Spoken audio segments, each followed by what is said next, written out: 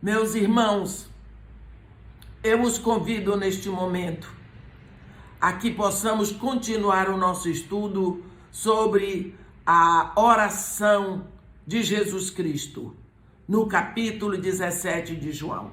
Então, vamos ler João, capítulo 17, continuando o nosso estudo. Hoje nós começamos no versículo 12. João 17, de 12 a 14. Vamos ler. Quando eu estava com eles, guardava-os no teu nome que me deste, e protegi-os, e nenhum deles se perdeu, exceto o filho da perdição, para que se cumprisse a Escritura. Mas agora vou para junto de ti, e isto eu falo no mundo, para que eles tenham o meu gozo completo em si mesmos. Eu lhes tenho dado a tua palavra, e o mundo os odiou, porque eles não são do mundo, como também eu não sou. Nós vemos aqui novamente o intenso cuidado que o Senhor Jesus tem por seus seguidores imediatos. E isso é um remédio contra a ansiedade, contra o desgaste, contra o desgosto, contra a agonia. Lembrar que, na realidade, o que o pai estava dizendo, o que o filho estava dizendo para o pai é o seguinte: Pai, quando eu estava com meus discípulos, eu os guardei no teu conhecimento e adoração. Mas agora que eu estou indo, eu entrego esta tarefa a ti. Como Jesus guardou seus discípulos? De que forma? Primeiro, pela sua petição em favor deles, pela oração. Lembra de um momento lá no capítulo 22 de Lucas, quando Pedro disse para Jesus: eu estou pronto para ir contigo para a prisão, até para a morte, se for preciso. E Jesus olhou para ele e disse: Simão, Simão, Satanás te reclamou para te peneirar como quem peneira trigo. Eu, porém, roguei por ti, para que a tua fé não desfaleça. Olha, Jesus orando, pedindo ao Pai por um discípulo em particular que está correndo perigo. O segundo modo é pelo seu ensino. Ele nos ensinou sobre o mundo e o seu engano, sobre o pecado e a sua sedução, porque nós somos muito seduzidos pelas coisas do mundo. E nós somos seduzidos porque dentro de nós existe a natureza pecaminosa. Nós somos atraídos e facilmente nós somos enganados pela aparência das coisas. É assim, meus irmãos. É assim ainda hoje que ele nos guarda. Na continuação desse versículo 12, ele diz: e nenhum deles veio a se perder. Aí ele diz: exceto o filho da perdição. Aqui nós vemos Jesus claramente falando e se referindo a Judas, porque Jesus sabia quem era Judas e o objetivo dele ali. Agora, nós pensamos, por que Jesus destaca Judas? E dentre todos os seus discípulos é o único que ele menciona aqui na oração. E por que ele se refere a Judas dessa maneira? Primeiro, para que os seus discípulos soubessem de antemão o que iria acontecer. Assim, eles não ficariam tão apavorados, não ficariam tão devastados quando tudo acontecesse. Mais uma evidência, não é, meus irmãos, do amor protetor de Jesus por eles. E outro, para que os discípulos tivessem uma visão do pré-conhecimento do Mestre e se tornassem ainda mais convencidos da sua união com o Pai. Jesus sabia perfeitamente o que Judas iria fazer e direcionou a sua atenção para isso. Quando em João 6, no versículo 64, ele diz: contudo, há descrentes entre vós. E isso foi repetido em João 13, no versículo 11, porque ele sabia quem era o traidor e tornou a repetir aqui na sua oração em João 17. E também para que seus discípulos sentissem a autoridade da Escritura, a traição de Judas foi profetizada no Salmo 40 e no Salmo 109. Jesus, ele está dizendo aqui, os profetas, séculos e séculos atrás, viram a sua vinda e Judas, o filho do inferno, iria cumprir aquelas predições. Nunca saberemos explicar por que Jesus permitiu que Judas fizesse parte do grupo dos seus discípulos, mas podemos perfeitamente crer nele assim. Aqui, continuando, no versículo 13, eu vou ler o que está escrito. Mas agora vou para junto de ti, e isto falo no mundo, para que eles tenham o meu gozo completo em si mesmos. Meu gozo completo. Ele quer que seus discípulos participem da sua alegria e gozo. Alguns pensam que a alegria era uma questão de temperamento. Outros acham que a alegria depende de riqueza, mas o gozo e a alegria de Jesus, o gozo e a alegria de que Jesus fala aqui, não tinha nada a ver com temperamento ou condição de vida. É um gozo que vem diretamente dele. Ele diz, o meu gozo. Esse gozo não é gerado no ego. Não podemos alcançá-lo lá dentro de nós. Jesus possui isso em abundância para nos dar. Pessoas não cristãs acham que se vierem para Cristo, ficarão taciturnas, solenes, sérias.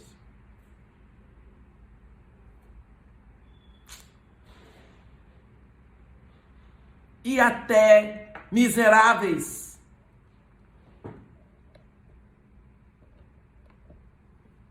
Mas acontece que não é bem assim. As pessoas acham, mas não é bem assim.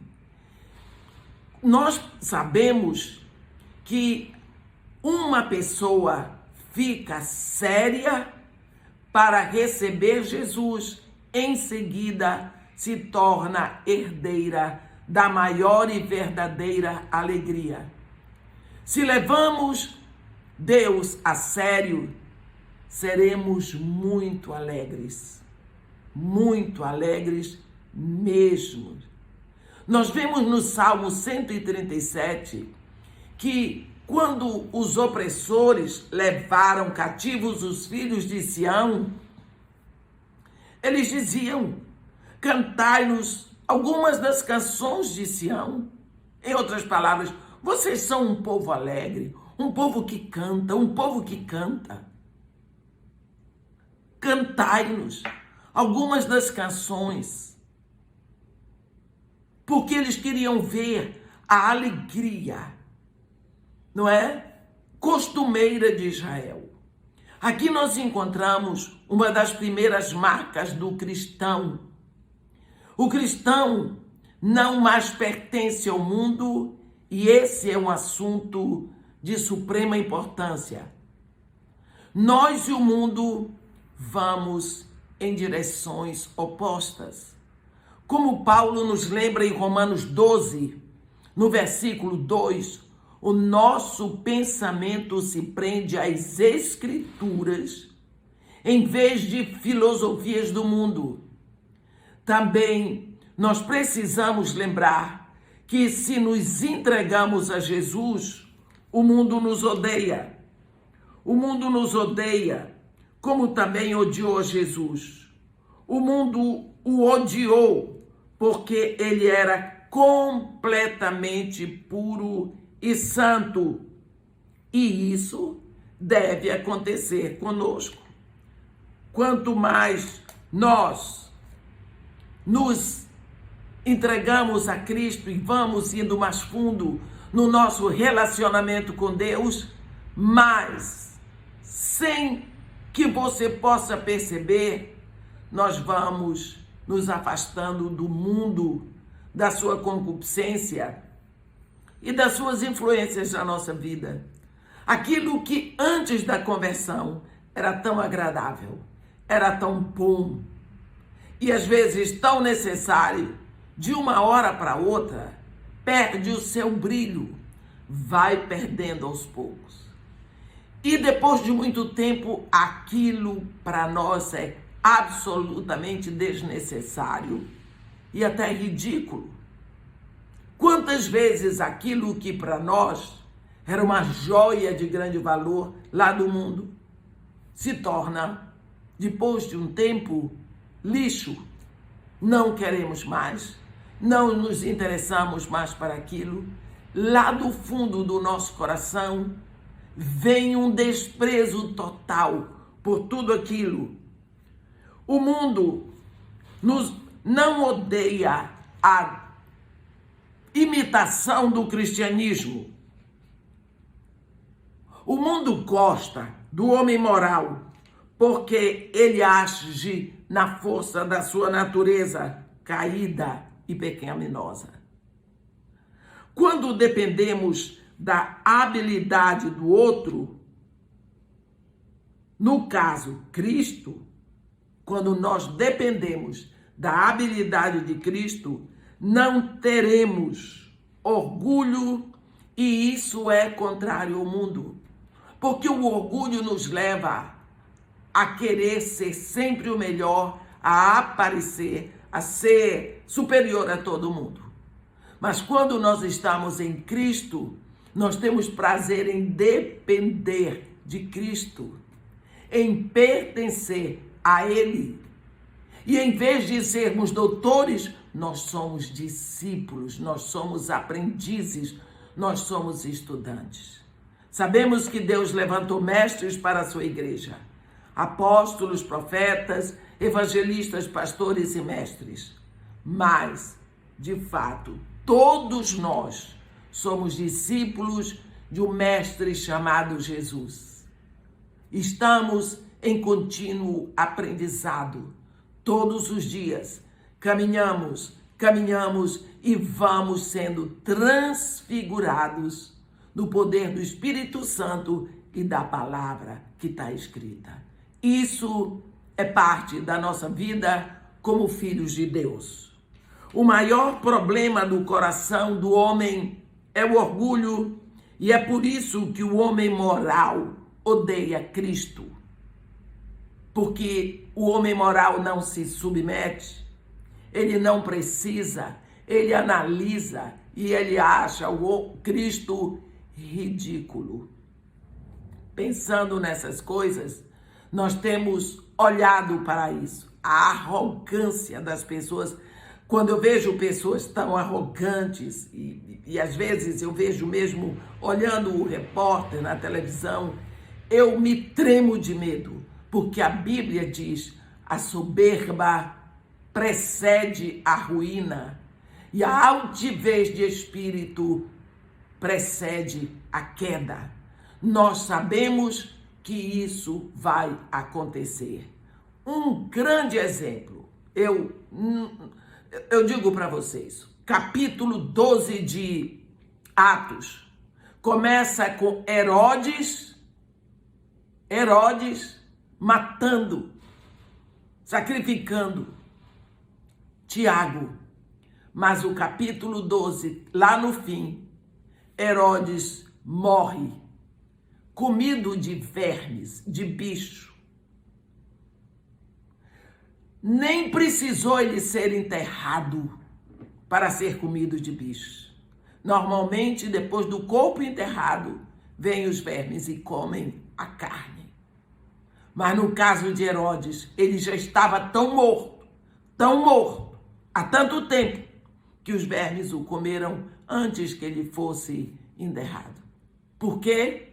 Orgulho, soberba, arrogância, vaidade. Nós precisamos tomar muito cuidado, porque o princípio disso tudo está em nós. O nosso coração, meus irmãos, não é uma coisa boa. O nosso coração não serve nem para ser emendado. Você vê Deus dizer em Ezequiel: eu te darei coração novo, porei dentro em vós espírito novo, tirarei de vós o coração de carne, o coração de pedra. Tirarei de vós o coração de pedra, porei dentro em vós coração de carne. Você vê? Deus não emenda o nosso coração. Ele retira um para nos dar coração novo. Todos aqueles que decidem jogar fora o orgulho não estão sob condenação. Então, por hoje ficamos aqui até o versículo 14. Que Deus nos abençoe e nos guarde, que faça resplandecer o seu rosto sobre nós e tenha misericórdia de todos nós. Amém.